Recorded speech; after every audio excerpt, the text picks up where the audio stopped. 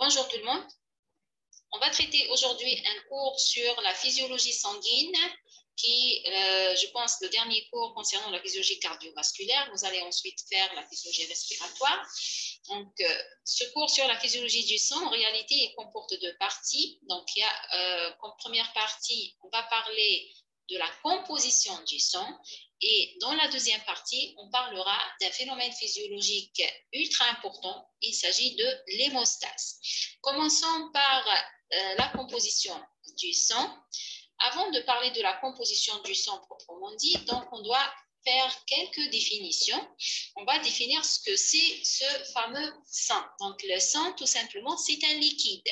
Ce liquide, il a une couleur rouge, il est visqueux, ça veut dire il est épais, c'est pas comme de l'eau, mais il contient du plasma, mais également des éléments figurés. Donc retenez bien, il y a deux composants essentiels qui rentrent dans la formation du sang. Donc c'est le plasma et les éléments figurés du sang.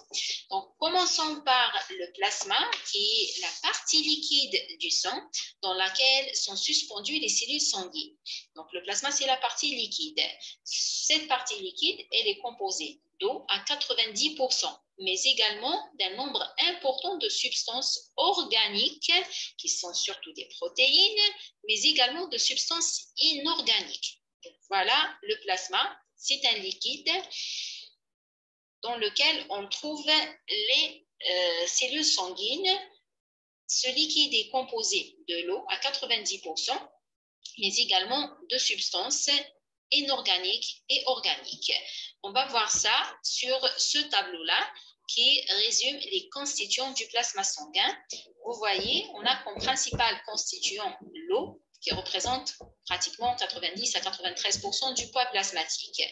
Vous avez également des substances inorganiques qui sont des électrolytes, à savoir le sodium, le potassium, le calcium, le magnésium, le chlore, les bicarbonates, etc.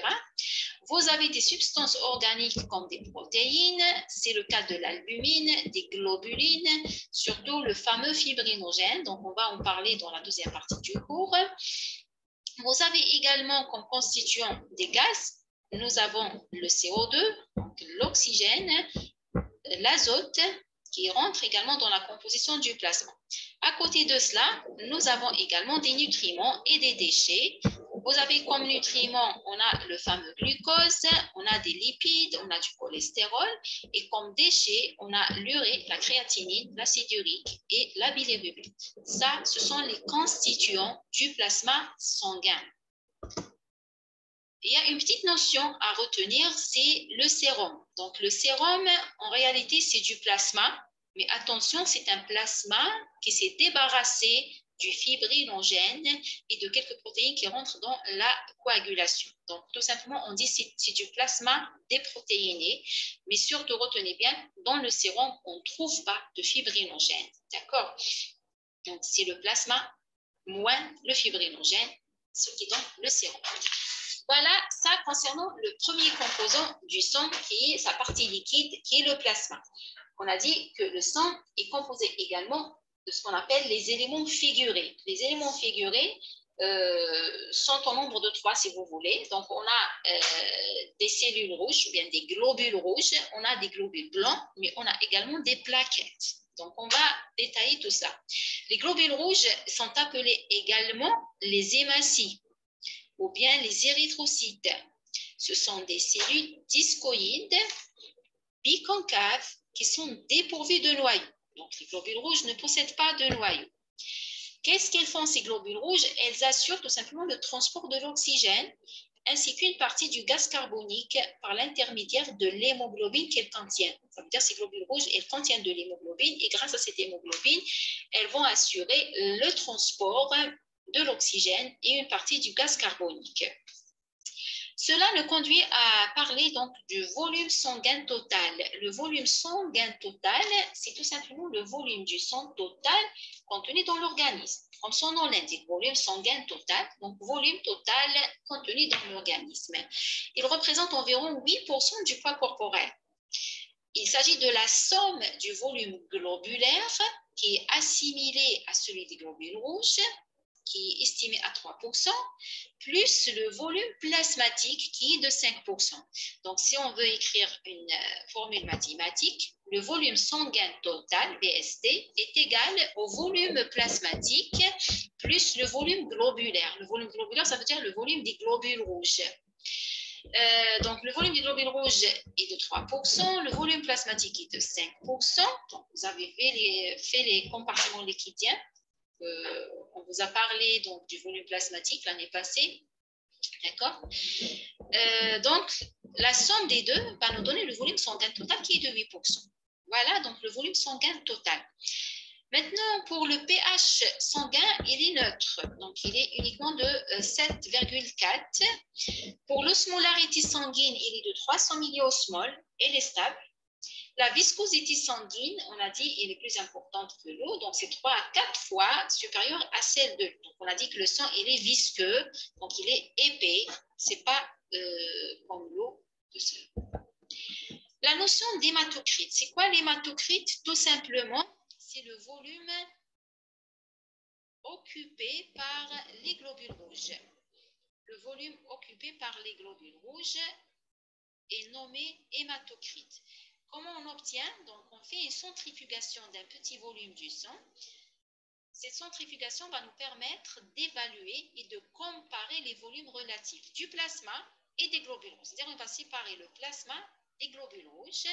Donc, le volume plasmatique, il est de 55%.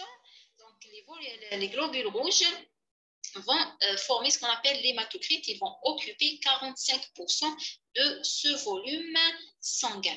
Donc, voilà la mesure de l'hématocrite après la centrifugation des globules rouges qui sont entassés au fond du tube. On peut écrire alors l'hématocrite, c'est le rapport donc, entre volume globulaire par rapport au volume sanguin total. D'accord? C'est un pourcentage. Donc, c'est ce que les globules rouges occupent par rapport au volume sanguin total. Donc, cet hématocrite est estimé à 45%. Donc, sachant, donc, à partir de cela, donc, on peut écrire que le volume sanguin total, c'est le volume globulaire qui divise l'hématocrite, ou bien le volume globulaire, c'est le volume sanguin total fois l'hématocrite. Donc, c'est à partir de cette formule. Donc, le volume sanguin total est égal on sait ça, donc en quoi le volume sanguin total, c'est le volume globulaire plus le volume plasmatique, ça c'est par définition. Donc, on déduit que le volume sanguin total, c'est le volume plasmatique qui divise 1 moins l'hématocrite. D'accord? Donc, voilà pour le volume sanguin total. Donc, on a parlé jusque-là des hématies, donc qui sont les globules rouges, qui représentent le premier élément figuré du sang. Toujours, nous restons dans les éléments figurés du sang, vous avez les globules blancs. Les globules blancs, on les appelle également les leucocytes. Donc, les leucocytes, ce sont des cellules nucléées, contrairement aux hématies qui ne possèdent pas de noyau. Les leucocytes, par contre, ils possèdent des noyaux. Donc, ils sont incolores. Ils ont comme fonction principale la défense contre les cellules et contre les substances étrangères. Donc, parmi ces globules blancs, on distingue deux catégories. Donc, il y a des globules blancs granuleux et il y a des globules blancs agranuleux.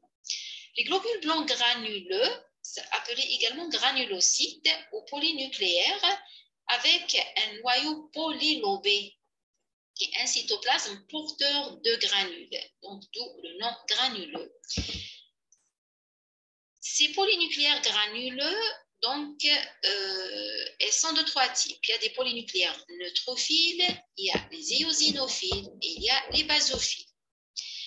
Passons à la deuxième catégorie, ce sont les globules blancs agranuleux qui sont représentés par les lymphocytes et les monocytes. Restons toujours dans les éléments figurés du sang. On va parler du troisième composant qui sont les plaquettes.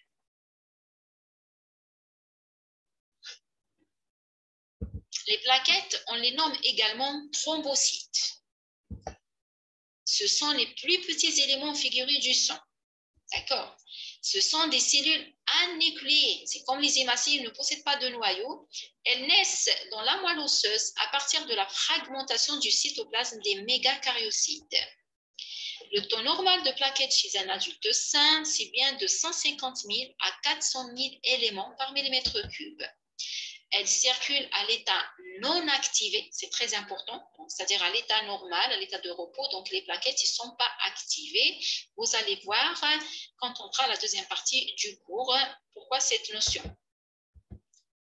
Elles ont des éléments contractiles car leur cytosquelette est riche en actine et myosine. Cela permet donc la contraction plaquettaire et le changement de forme.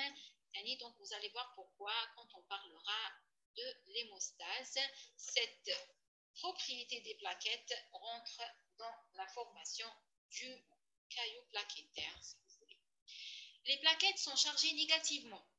Et sont chargées négativement, cela entraîne une rétropulsion entre plaquette-plaquette et entre endothélium-plaquette. Vous allez voir l'intérêt de cela tout à l'heure. Elles ont une activité sécrétoire. Ainsi, dans leur cytoplasme, on retrouve des granules denses et des granules alpha. Ces granules contiennent des composants importants qui interviennent dans la phase d'agrégation plaquettaire. Elles ont une forme à l'état de repos, une forme de disque. C'est la forme discoïdale à l'état de repos. La cellule plaquettaire est délimitée par une membrane plasmique qui est composée de glycoprotéines et de phospholipides. Les glycoprotéines qui composent les plaquettes sont des récepteurs pour les activateurs plaquettaires. On a deux principales glycoprotéines. Il y a la GP1B9, d'accord? Donc, c'est un récepteur pour le facteur de Van Willebrand qui permet alors l'adhésion des plaquettes au sous-endothélium.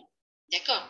Donc, le premier récepteur, qui est le GP1B9, va servir à recevoir le facteur, à lier le facteur de Van Willebrand, ce qui permet l'adhésion des plaquettes au sous-endothélium vasculaire. Donc, vous allez comprendre tout ça quand on parlera de la deuxième partie du cours. Vous avez le deuxième récepteur qui est le GP2B3A. Donc, c'est un récepteur du fibrinogène. D'accord, il va lier le fibrinogène, ce qui permet donc l'agrégation des plaquettes entre elles par l'intermédiaire de ce fameux fibrinogène. Donc, l'examen des éléments figurés du sang se nomme hémogramme ou bien numération globulaire formule. Donc, c'est la formule sanguine donc, qui est l'examen des éléments figurés du sang. Donc, si on veut savoir la quantité donc, de ces éléments figurés du sang, donc on va faire une numération globulaire formule sanguine, donc la fameuse FNS ou bien NFS, comme vous voulez. Donc, voici les éléments figurés du sang. Donc, c'est la formule numération sanguine qui nous donne la numération sanguine, c'est-à-dire qui sont les cellules qui existent entre les globules rouges, les globules blancs, les plaquettes, avec donc des taux respectifs de 4 à 5 millions par millimètre cube pour les globules rouges, 4 à 10 000 par millimètre cube pour les blancs, 150 à 400 000 par millimètre cube pour les plaquettes. Vous avez la formule sanguine qui est l'équilibre leucocytaire, si vous voulez. Donc, c'est les polynucléaires neutrophiles, les polynucléaires éosinophiles, basophiles, avec des pourcentages respectifs, ainsi que les lymphocytes et les monocytes. Donc, voilà la formule numération sanguine qui est l'examen qui étudie les éléments figurés du sang.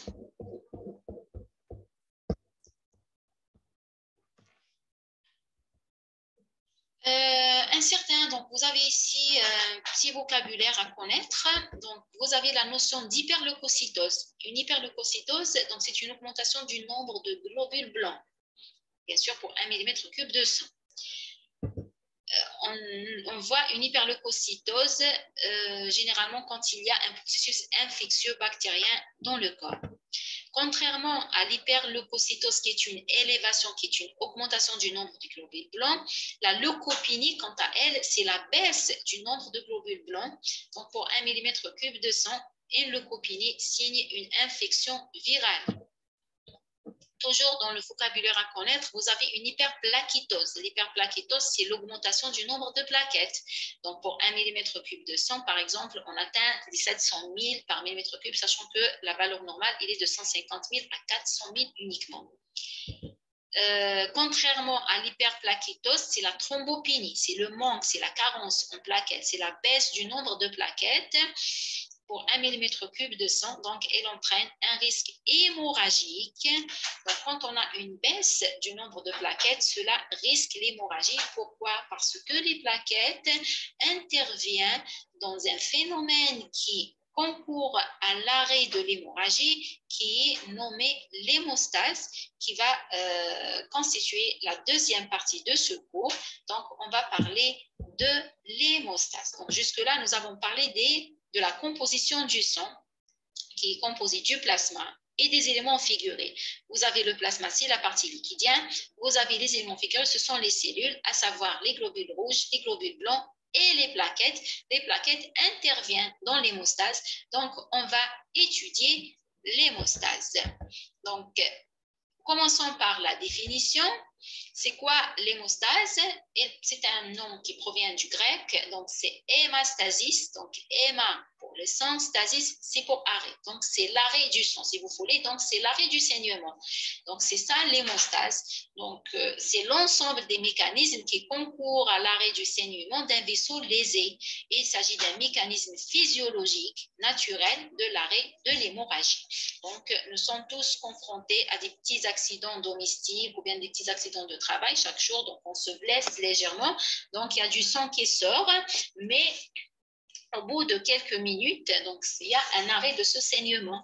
Donc parce que l'hémostase a eu lieu, parce qu'il y a des phénomènes qui se réunissent pour arrêter ce saignement-là.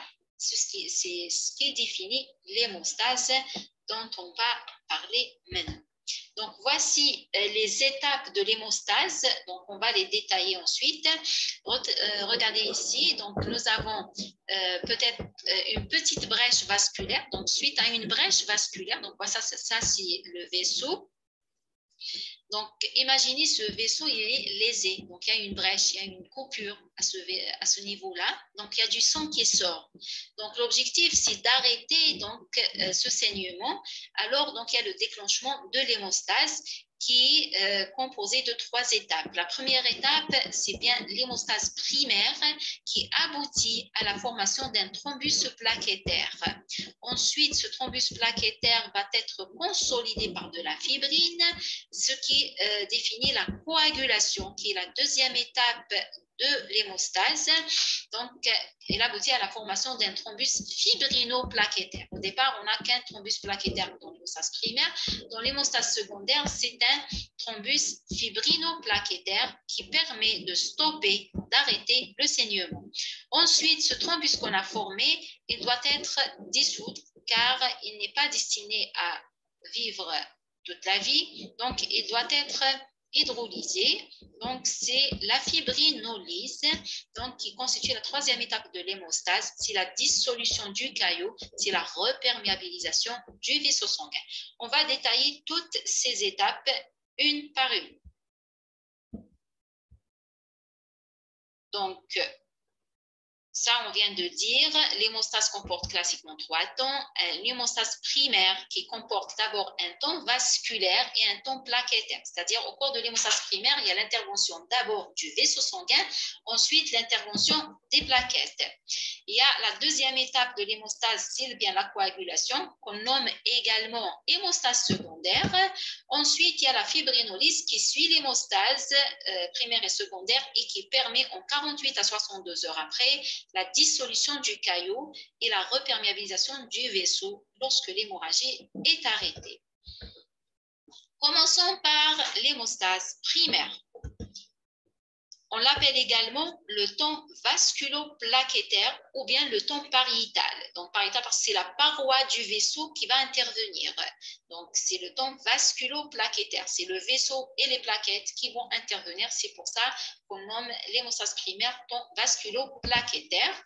Donc, c'est l'ensemble des interactions entre la paroi vasculaire, les plaquettes, mais également des protéines plasmatiques qui aboutissent à l'occlusion de la brèche vasculaire par le thrombus blanc qu'on appelle le clot plaquettaire. Donc, le produit de l'hémostase primaire, c'est le clot plaquettaire, c'est le thrombus blanc, c'est la formation du thrombus blanc. Cette hémostase primaire, elle est immédiatement déclenchée dès qu'il y a une brèche vasculaire. Donc, c'est la première étape de l'hémostase. Donc, elle se déclenche immédiatement après la brèche vasculaire. Elle dure de 3 à 5 minutes. Elle est suffisante pour arrêter l'hémorragie au niveau des petits vaisseaux, c'est-à-dire quand il y a une lésion d'un petit vaisseau, donc d'un diamètre inférieur à 300 micromètres. Cette hémostase primaire va suffire pour arrêter l'hémorragie. Mais attention, elle est insuffisante, mais reste toujours indispensable pour arrêter l'hémorragie au niveau des plus gros vaisseaux. D'accord ? C'est-à-dire quand il y a un gros vaisseau qui est lésé, il faut l'hémostase primaire, mais toute seule ne va pas suffire. Donc, il faut l'aider par une autre étape qui est l'hémostase secondaire. Quels sont les éléments intervenant dans l'hémostase primaire? Donc, on a deux types d'éléments. Donc, on a deux éléments cellulaires et deux éléments plasmatiques. Parmi les éléments cellulaires, on a la cellule endothéliale, qui est le vaisseau sanguin, et on a les plaquettes. Donc, voilà deux éléments cellulaires qui interviennent dans l'hémostase primaire. À côté donc de ces deux éléments cellulaires, on a deux éléments plasmatiques. Les éléments plasmatiques, il y a le facteur de vent vibrant, le premier élément.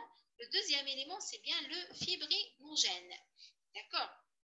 Donc, retenez bien, il y a deux éléments cellulaires, il y a deux éléments plasmatiques qui vont intervenir dans l'hémostase primaire. Donc, c'est l'interaction entre ces quatre éléments, si vous voulez, qui va aboutir à la formation du clot plaquettaire. On va parler donc de ces quatre éléments. Commençons par le premier élément vasculaire qui est le vaisseau, pardon, l'élément cellulaire.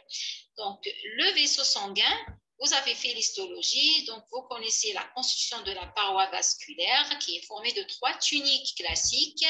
Vous avez l'intima, donc la couche la plus interne. Vous avez la média, qui est la couche intermédiaire qui comporte les cellules musculaires lisses ou bien les cellules myoépithéliales qui sont responsables de la vasomotricité. C'est grâce à cette couche-là que le vaisseau se contracte, faisant réduire le débit sanguin à cet endroit, ce qui favorise l'accumulation des plaquettes et d'autres molécules impliquées dans la formation du caillot sanguin. Donc, on va en parler. Donc, vous avez l'intima, vous avez la média et vous avez en dernier lieu l'adventice, qui est la couche la plus externe, qui comporte des fibres nerveuses de la vasomotricité. Ce qui nous intéresse beaucoup plus aujourd'hui, c'est bien l'intima, donc la couche la plus interne, parce que c'est elle qui est au contact avec le sang. Et nous sommes en train de parler de la physiologie du sang. Donc l'intima, c'est la couche la plus interne. Elle comprend un endothélium et un sous-endothélium. D'accord? Donc, pour l'endothélium, s'il s'agit d'une couche monocellulaire qui est composée donc de cellules endothéliales, c'est-à-dire une couche constituée d'une seule couche de cellules. Ça, c'est l'endothélium. Cet endothélium, il tapisse l'intérieur de tous les vaisseaux, donc il est en contact direct avec le courant sanguin, c'est-à-dire il est en contact avec les éléments figurés du sang, surtout avec les plaquettes.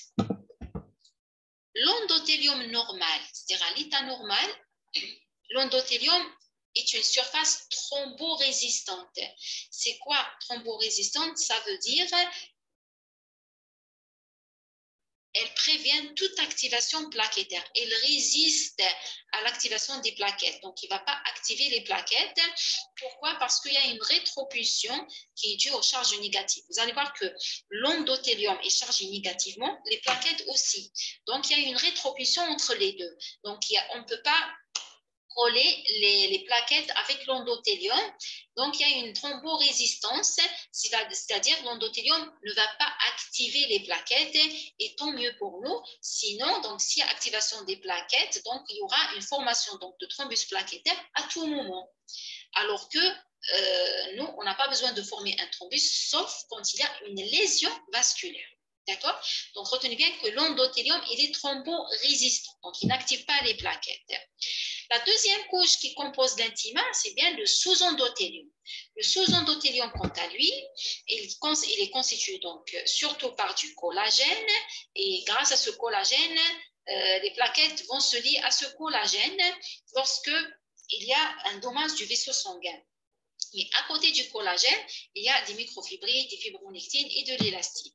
Maintenant, la caractéristique du sous-endothélium, contrairement à l'endothélium, c'est bien, il est thrombogène. Ça veut dire qu'il est capable d'entraîner l'activation plaquettaire, et bien entendu, s'il y a un contact avec les plaquettes.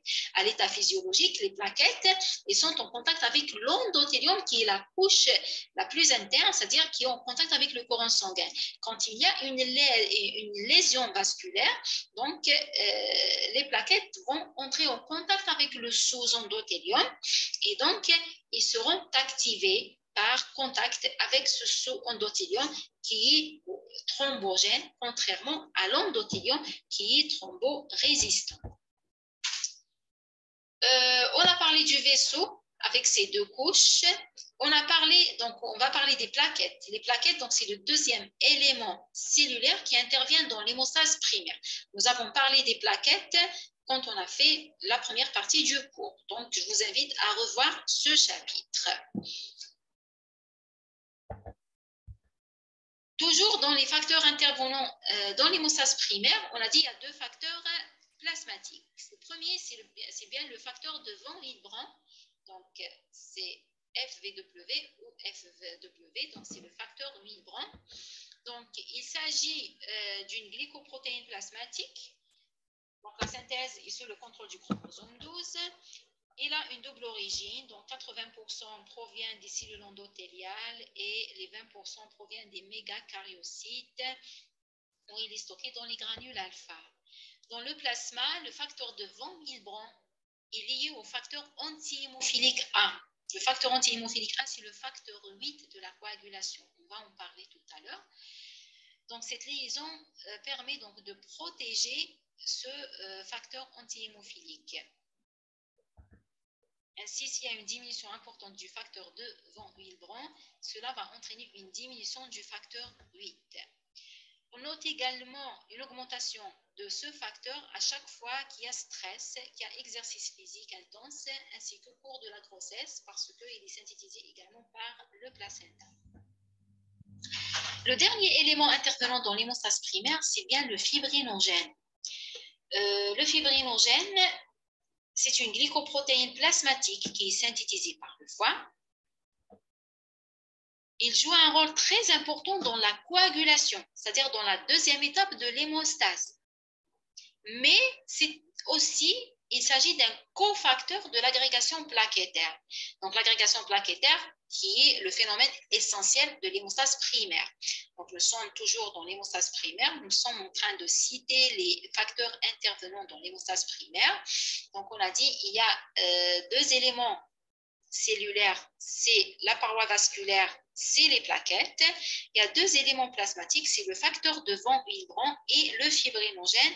Le fibrinogène intervient beaucoup plus dans la coagulation, mais également il joue un rôle de cofacteur dans l'agrégation plaquettaire. Sa concentration normale, il est de 1,5 à 4,5 g par litre. Il est augmenté dans les états inflammatoires. Voilà, jusqu'à présent, nous avons cité tous les éléments intervenant dans l'hémostase primaire. Maintenant, comment se déroule cette hémostase primaire? Donc, l'hémostase primaire est nommée également le temps vasculo-plaquettaire. Donc, il y a en réalité deux parties. Donc, il y a le temps vasculaire ou spasme vasculaire, et il y a le temps plaquettaire. Donc, commençons par le temps vasculaire ou spasme vasculaire, qui, à la suite d'une lésion vasculaire, la première réaction de l'organisme, c'est bien une vasoconstriction localisée. Conséquence d'une stimulation réflexe des cellules myoépithéliales des artérioles situées en amont. Les cellules myoépithéliales se contractent alors, et ceci en présence d'ATP et de calcium. Donc, le temps vasculaire, c'est le spasme vasculaire, c'est la contraction du vaisseau. Donc, c'est une contraction réflexe, d'accord, donc du vaisseau sanguin qui est lésé. Donc, par réflexe, il va réagir en se contractant grâce à sa couche musculaire, grâce à la média, donc il comporte des fibres musculaires, donc entraînant la contraction vasculaire. Ce spasme vasculaire, il peut soit arrêter les hémorragies, donc c'est une hémorragie minime, ce spasme, cette contraction vasculaire peut aboutir à l'arrêt de cette hémorragie, soit au moins réduire le flux sanguin, donc il modifie les conditions hémodynamiques, favorisant ainsi le processus d'hémostase. Donc, c'est car la contraction va permettre la concentration des cellules et des substances, car il y a une réduction de la lumière vasculaire, donc modifiant ainsi le régime d'écoulement. C'est-à-dire, donc, la première réaction, c'est la contraction vasculaire. Donc, le vaisseau se contracte. S'il y a une hémorragie minime, donc, va s'arrêter, mais s'il y a une hémorragie plus importante, au moins, cette contraction va changer les conditions hémodynamiques, donc il va ralentir l'écoulement sanguin à ce niveau-là, ce qui permet aux plaquettes de venir adhérer à cet endroit pour former le clou plaquettaire, qui est la deuxième phase de l'hémostase primaire, c'est le temps plaquettaire. Le temps plaquettaire, vous savez qu'à l'état normal, les plaquettes tapissent d'un film continu la surface de l'endothélium. D'accord. En effet, on sait que les cellules endothéliales des petits vaisseaux ne sont pas jointives et ménagent entre elles des espaces. Donc ça, c'est un peu de l'histo. Donc les plaquettes ne se fixent pas à l'endothélium. Donc quand nous avons parlé de l'endothélium et du sous-endothélium, on a dit que l'endothélium, qui est au contact permanent avec les plaquettes, il est thromborésistant. Donc cela ne permet pas aux plaquettes de se fixer à cet endothélium. Heureusement, donc il n'y aura pas formation donc, de caillots à n'importe quel moment. Maintenant, quand il y a une lésion vasculaire, donc quand il y a une lésion vasculaire, donc ces plaquettes-là, donc voilà, si vous considérez ici la paroi du vaisseau, donc s'il y a une lésion, il y a une brèche vasculaire, donc il y a du sang qui passe, alors il sera en contact avec le sous-endothélium. Donc ça, c'est un endothélium qui est lésé, donc le sang va partir, il sera en contact avec le sous-endothélium. Et ce sang-là, il contient des plaquettes. Donc cela permet donc au sous-endothélium d'être à nu, donc d'être en contact avec les plaquettes. Alors on sait que le sous-endothélium, lui, il est thrombogène, donc il active les plaquettes. Donc au départ, donc, à l'état normal, donc l'endothélium, il est thromborésistant, donc il n'y a pas d'activation de plaquettes. Mais s'il y a une lésion vasculaire, donc s'il y a une brèche, donc le sang va passer, il sera en contact avec le sous-endothélium, et ce sous-endothélium, quand il est en contact avec les plaquettes, il va les activer. Donc c'est le temps plaquettaire. Donc les plaquettes qui sont alors activées, ils vont adhérer au collagène. Donc, ils vont adhérer au collagène du sous-endothélium. Donc, les plaquettes, pardon. Donc, voilà la plaquette. Donc, il va venir adhérer au sous-endothélium, exactement au niveau à son collagène, grâce au facteur de von Willebrand. On sait que le facteur de Willebrand, on a dit, donc quand on a parlé des plaquettes, que les plaquettes elles possèdent des récepteurs. Le premier récepteur, c'est bien le GP1B9. Donc ce GP1B9, donc il lie le facteur de Willebrand, donc ce qui permet à la plaquette donc d'adhérer au sous-endothélium. C'est comme si ce facteur de Willebrand va servir comme du ciment. Donc il va coller les plaquettes au sous-endothélium. D'accord? Donc, il y a le contact avec le sous-endothélium. Donc, cela permet aux plaquettes de s'activer. Donc, en fixant le facteur de Willebrand via le récepteur GP1B9, donc, cela permet aux plaquettes d'adhérer au sous-endothélium. Donc, l'adhésion alors provoque l'activation des plaquettes. Donc, une fois que les plaquettes sont adhérées au sous-endothélium, ils vont s'activer. Ils vont s'activer, donc, c'est-à-dire de forme discoïdale, au départ ils étaient discoïdales, ils vont devenir d'abord de forme sphérique. Donc, et ensuite, ils vont émettre ce qu'on appelle des pseudopodes, c'est-à-dire acquérir un contour en haut denté. Donc, regardez, donc c'est comme s'il y a des petits pieds, d'accord? Ces petits pieds vont permettre aux plaquettes donc, de se relier entre elles. Donc, ils concentrent les granules au milieu de la plaquette. Cette modification morphologique due à la mise en jeu des protéines contractiles. Donc, l'activation des plaquettes, c'est un phénomène actif qui est lié à l'augmentation du calcium dans la plaquette. Il se produit alors la libération du contenu des granules à l'extérieur. C'est ce qu'on appelle le phénomène de release. Parmi les substances libérées, donc certains vont induire l'activation de d'autres plaquettes. C'est-à-dire, donc, au départ, l'activation d'une plaquette va permettre à cette plaquette de libérer son contenu. Et ce contenu-là va activer d'autres plaquettes. C'est pour ça qu'on parle d'un phénomène auto-entretenu. Donc, il provoque alors l'agrégation plaquettaire. Parmi les substances libérées, il y a des amines vasoactives comme la thromboxane A2, comme la sérotonine. Sachant que la thromboxane A2 est un puissant vasoconstricteur, c'est-à-dire donc il va renforcer la contraction du vaisseau. Il favorise ainsi l'agrégation encore des plaquettes. C'est pour ça qu'on parle d'un phénomène auto-entretenu.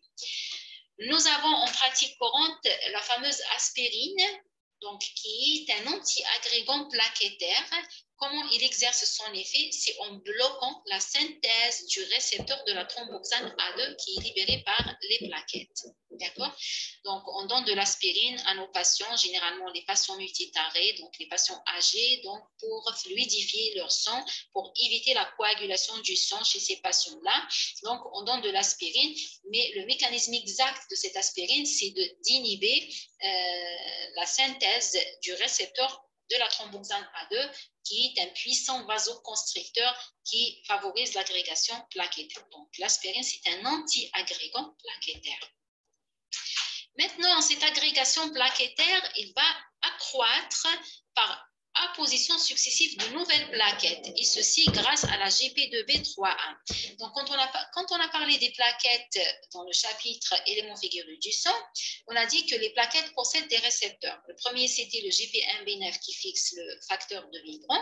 Le deuxième, on a dit, c'est le GP2B3A qui fixe le fibrinogène.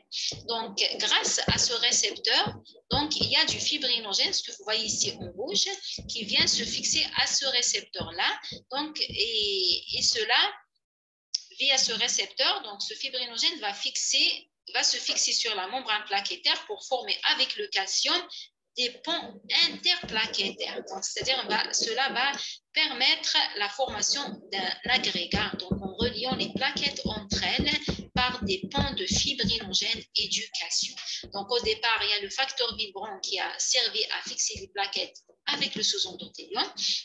Ensuite, les plaquettes, en s'activant, vont libérer des produits qui vont permettre l'agrégation de d'autres plaquettes, phénomène qui est consolidé par la fixation du fibrinogène sur le deuxième récepteur, ce qui permet la formation de l'agrégat plaquettaire ou bien le clou plaquettaire.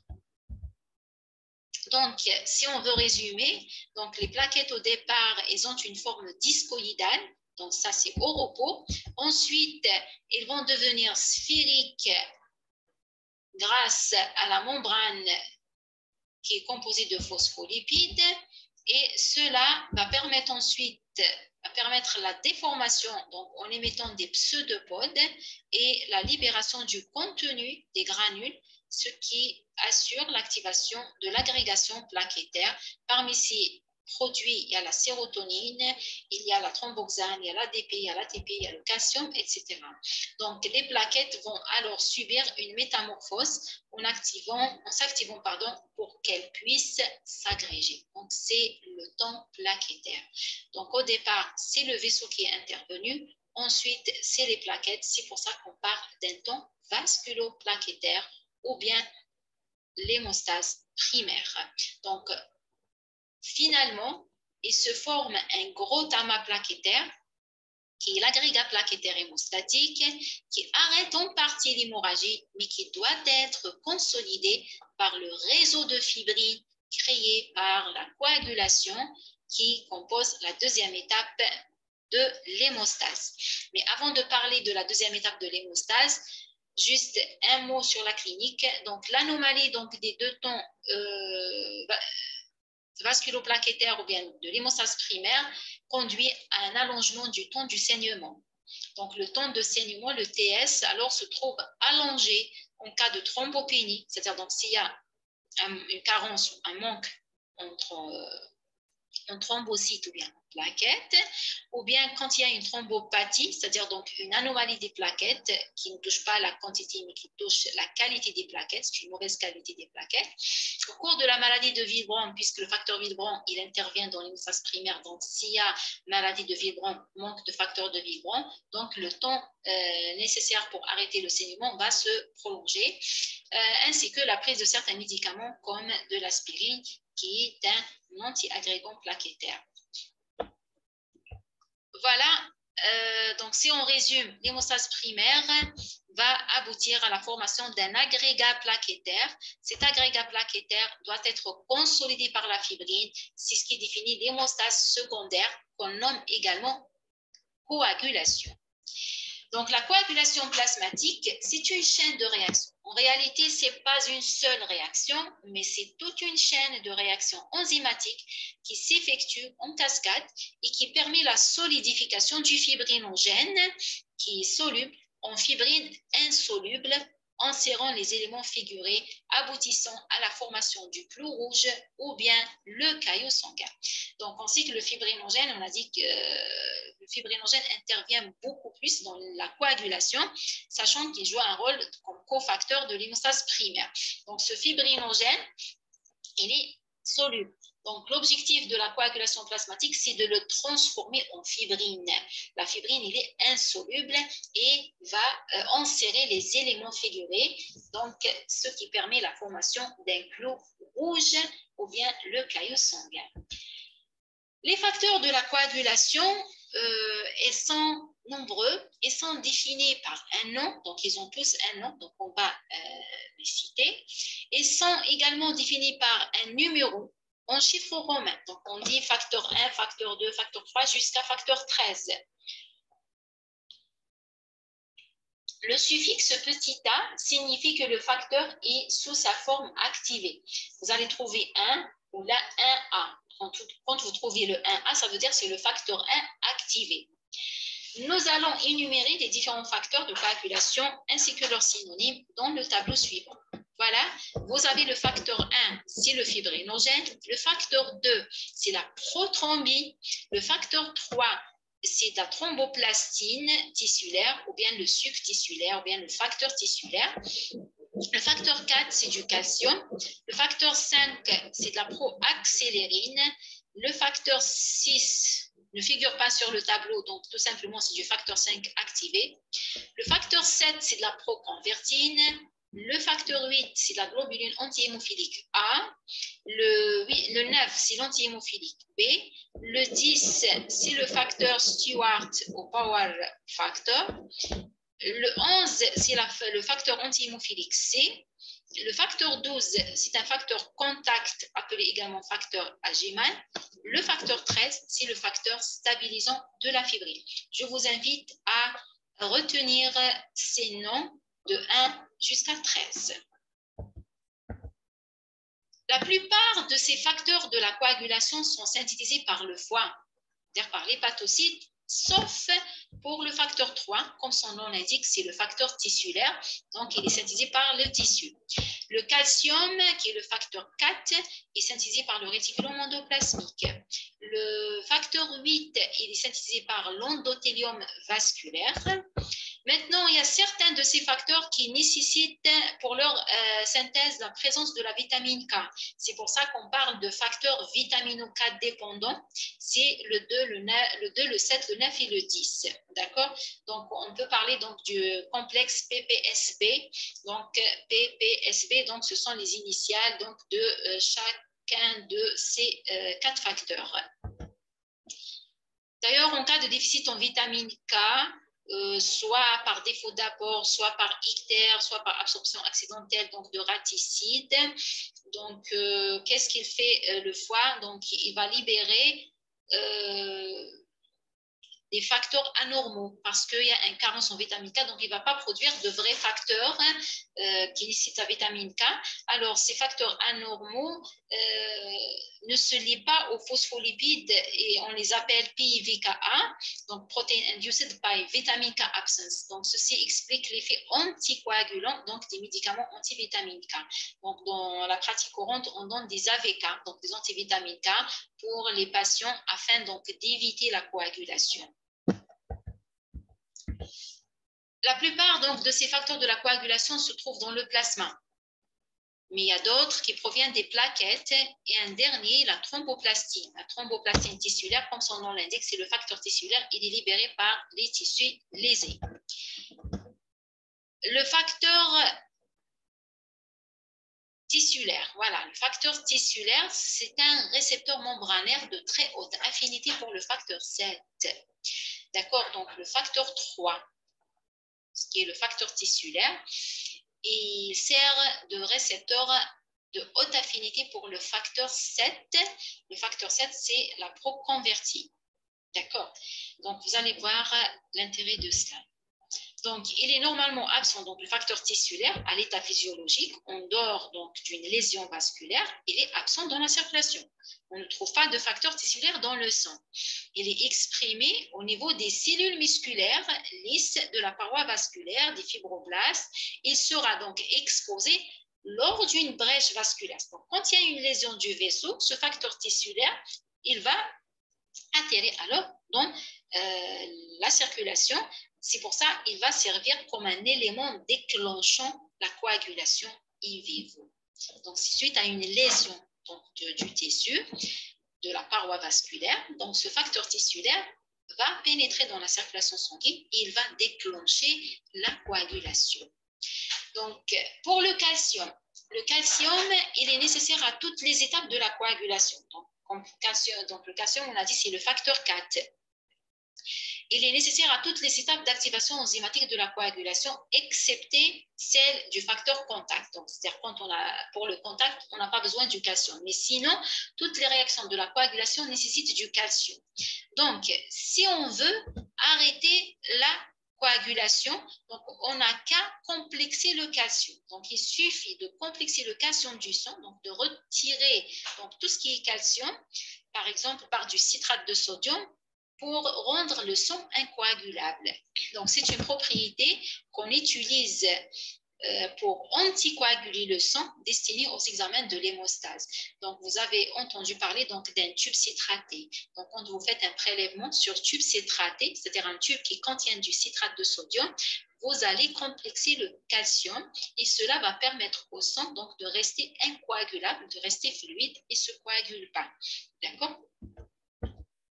Le but de la coagulation plasmatique, donc, c'est de former un caillot de fibrine. Donc, notre objectif, c'est de former la fibrine pour consolider le clos plaquettaire. C'est ce qu'on appelle la fibrinoformation. Bien sûr, pour consolider le clos plaquettaire. Mais comment cela va se faire? C'est en transformant le fibrinogène en fibrine. D'accord? Grâce à une enzyme. Donc, pour transformer le fibrinogène en fibrine, il nous faut une enzyme. Cette enzyme s'appelle la thrombine. Et la thrombine, c'est quoi? C'est tout simplement, c'est le facteur 2, qui est la prothrombine activée. Donc, c'est la prothrombine activée qui donne la thrombine. Donc, l'objectif, donc, c'est de former de la fibrine à partir du fibrinogène. Comment? Grâce à une enzyme qui est la thrombine. Maintenant, la thrombine, c'est la forme activée de la prothrombine qui est le facteur 2. Donc, il faut d'abord activer cette prothrombine en thrombine. Et pour l'activer, il faut former une enzyme qui transforme la prothrombine en thrombine. C'est la fameuse prothrombinase. La prothrombinase va transformer la prothrombine en thrombine et la thrombine va transformer le fibrinogène en fibrine et donc c'est la coagulation. Donc voilà, le fibrinogène doit se transformer en fibrine grâce à la thrombine. La thrombine, c'est le 2 activé. Donc notre objectif, c'est de former cette thrombine d'abord. Pour la former, ce n'est pas une seule réaction qui va nous permettre la formation de la thrombine, mais tout un ensemble de réactions enzymatiques qui sont déclenchées par 2 voies d'activation. Donc, il y a une voie endogène et une voie exogène. Donc, pour faire une coagulation plasmatique, en réalité, il y a la voie endogène et la voie exogène qui vont mettre en jeu les facteurs de la coagulation afin de former le pool commun qui est la prothrombinase. La prothrombinase, c'est-à-dire l'enzyme qui transforme la prothrombine, qui est le facteur 2, en thrombine, qui est le facteur 2 activé. Donc, c'est ce qu'on appelle la thrombinoformation. La thrombinoformation aboutit à la formation de la thrombine. Et la thrombine va transformer le fibrinogène en fibrine. Et donc, c'est ce qu'on nomme la fibrinoformation. Ça, c'est le résumé de la coagulation. Retenez bien que la coagulation plasmatique se déroule en deux voies, voie endogène, voie exogène, qui vont aboutir à la formation d'un pool commun qui est la prothrombinase. Le pool commun s'appelle prothrombinase, c'est l'enzyme qui transforme la prothrombine en thrombine. Donc, l'objectif, c'est de former la thrombine. Et cette thrombine va transformer le fibrinogène en fibrine. C'est ce qu'on nomme la fibrinoformation. Commençons par la voie exogène ou voie extrinsèque et survient rapidement en quelques secondes dans le cas d'un traumatisme grave. On l'appelle voie exogène parce qu'elle est déclenchée par le facteur tissulaire qui s'écoule dans le sang à partir de cellules situées à l'extérieur du vaisseau. C'est extrinsèque. Cette voie est explorée par le temps de Quick, donc qui explore aussi la voie commune de la coagulation. C'est le TP ou bien le TQ qu'on fait pour explorer la coagulation. L'allongement donc exprime un déficit en facteur 7, 10, 5, 2 et 1. La voie endogène, par contre, elle s'effectue plus lentement, habituellement en quelques minutes, car elle est plus complexe parce qu'elle nécessite plus d'étapes. On l'appelle voie endogène parce que ces activateurs sont en contact direct avec le sang, c'est-à-dire à l'intérieur du sang. Donc, c'est pour ça que c'est intrinsèque. C'est pour ça qu'on parle de voie intrinsèque ou voie endogène. La synthèse de ces facteurs ne dépend pas d'une lésion tissulaire. Si les cellules endothéliales qui tapissent l'intérieur du vaisseau sanguin devient rugueuse, devient anormale ou ils sont lésés, le sang alors entre en contact avec les fibres de collagène sous-jacents et cela va déclencher la coagulation. Donc cette voie par contre est explorée par le fameux TCK ou bien TCA, dont l'allongement exprime le déficit en facteurs de la voie endogène qui sont le facteur 12, le facteur 11, le 8, le 9, le 10 et le 2. Alors, revenons aux étapes de la coagulation. Donc, il y a d'abord la thromboplastinformation par l'aboutissement des deux voies différentes de la coagulation appelée intrinsèque et extrinsèque. Ensuite, il y a la thrombinoformation, c'est-à-dire la formation de la thrombine ou bien transformation de la prothrombine en thrombine par le complexe prothrombinase qui est le pool commun qui est composé du facteur 5 et 10 activé ainsi que le facteur 3 plaquettaire et du calcium. Ensuite, la fibrinoformation qui est la dernière étape qui consiste en la transformation du fibrinogène en fibrine sous l'action de la thrombine. Donc, voici la composition du pool commun ou bien le complexe enzymatique ou bien la prothrombinase qui transforme la prothrombine en thrombine. Il est formé donc de phospholipides plaquettaires ainsi que des ponts du calcium qui relient le facteur 5 et le facteur 10. Voilà. Alors, la voie intrinsèque qui est déclenchée par une lésion sanguine ou bien contact du sang avec la paroi d'un tube AIC, donc va permettre l'activation des facteurs contact, donc qui est le 12 qui va s'activer en 12 activé. Alors le 12 activé va à son tour activer le 11. Le 11 devient 11 activé. Le 11 activé va activer à son tour le 9 en 9 activé. Une fois qu'on a le 9 activé avec le 8 activé du calcium et du phosphore et du plaquette, donc ça constitue ce qu'on appelle la ténase.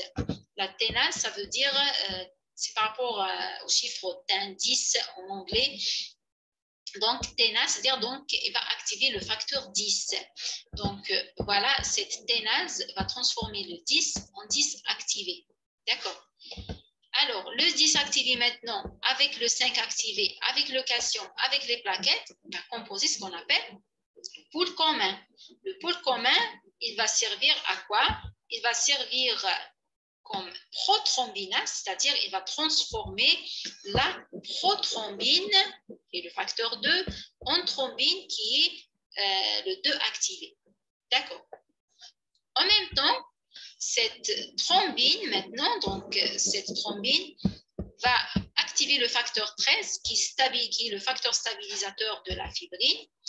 En même temps, donc, avec des boucles de rétroaction, donc la thrombine, il sert à activer le 5, il sert également à activer le 8. Donc, c'est un phénomène intriqué. Donc, en réalité, on vous expose ça en séparant voie intrinsèque et voie extrinsèque, mais en réalité, donc, tout se déroule en même temps. D'accord? Donc, la voie extrinsèque, par contre, elle est déclenchée par un traumatisme tissulaire. Donc, ce qui active le facteur tissulaire, qui est le facteur 3. Comme on a dit, donc c'est un récepteur de haute affinité pour le facteur 7. Donc, cela va permettre l'activation du facteur 7. Voilà, en 7 activé. Et le 7 activé va jouer le rôle de la ténase. Donc, il va directement activer le 10. Donc, c'est pour ça qu'on dit la voie extrinsèque est une voie rapide, donc qui nécessite moins d'étapes. Directement, et on arrive ici. Et à partir de ça, on part d'une voie commune. Donc, ça, c'est la voie intrinsèque. Ça, c'est la voie extrinsèque. Mais ici, c'est la voie commune. Donc, l'aboutissement, c'est la formation du pôle commun qui transforme la prothrombine en thrombine qui, à son tour, va transformer le fibrinogène en fibrine. D'accord? Et c'est l'objectif de la coagulation. Donc, c'est la formation de la fibrine qui, grâce au facteur 13 activé, va devenir de la fibrine insoluble. Donc, on a dit le facteur 13, c'est le facteur stabilisateur de la fibrine. Donc, ça, c'est son nom. Donc, l'étape finale qui est la fibrinoformation, donc c'est à partir du fibrinogène soluble, on forme un réseau de fibrine insoluble. La fibrinoformation, voilà, ça se forme de schéma. Vous avez le fibrinogène, grâce à la thrombine qui est le 2 activé, va se transformer en un réseau de fibrine. Voilà. Jusque-là, nous avons parlé des 2 premières étapes, l'hémostase primaire, l'hémostase secondaire. On a abouti à la formation d'un réseau de fibrine. Comme je vous ai dit, le caillou n'est pas destiné à perdurer, donc il doit être dissous. Alors, c'est ce qui définit la 3e étape de l'hémostase, c'est la fibrinolyse. La fibrinolyse, voilà, le caillot, il a un rôle temporaire. Il doit disparaître après la réparation du vaisseau, c'est la cicatrisation. Donc, et cela grâce à une dégradation enzymatique progressive de ce caillou. L'enzyme clé de la fibrinolyse, c'est bien la plasmine.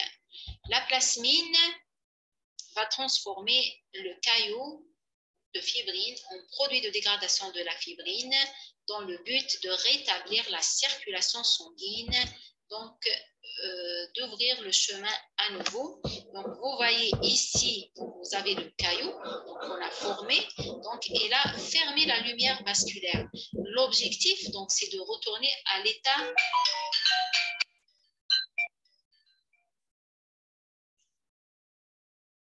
L'objectif, c'est de revenir à l'état physiologique normal, donc avec une circulation normale, donc c'est-à-dire ouvrir la voie au courant sanguin et assurer une circulation sanguine normale. C'est l'objectif de la fibrinolyse.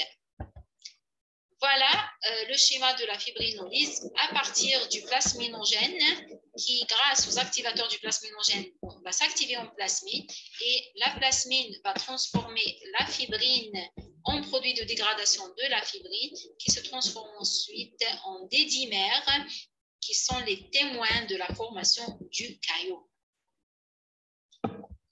Regardez ici, donc vous avez la fibrine. Vous avez l'action de la plasmine. Donc, la plasmine va agir ici donc, pour distribuer cette fibrine, pour donner d'abord les produits de dégradation de la fibrine qui vont subir ensuite une dégradation ultime pour donner des didymères. Donc, le dosage est très important. Donc, quand on dose les didymères, si on trouve les didymères sont élevés, cela témoigne de la formation initial d'un caillot sanguin. Donc, nous venons donc de vivre une vague du coronavirus. Donc, vous avez entendu parler donc, des dosages de didymère qui sont très élevés chez les patients atteints donc, de COVID-19 un stade avancé. Donc, cela témoigne d'une coagulation importante chez ces patients-là. Donc, au total, on parle d'une balance de l'hémostase.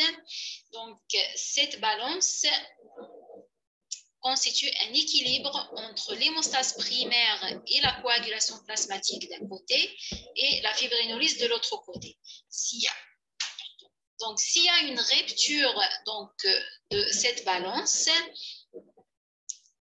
en faveur donc, de l'hémostase primaire ou bien de la coagulation, donc il y aura un risque thrombotique.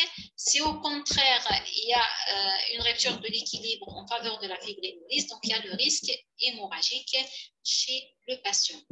Je vous remercie et c'est bon.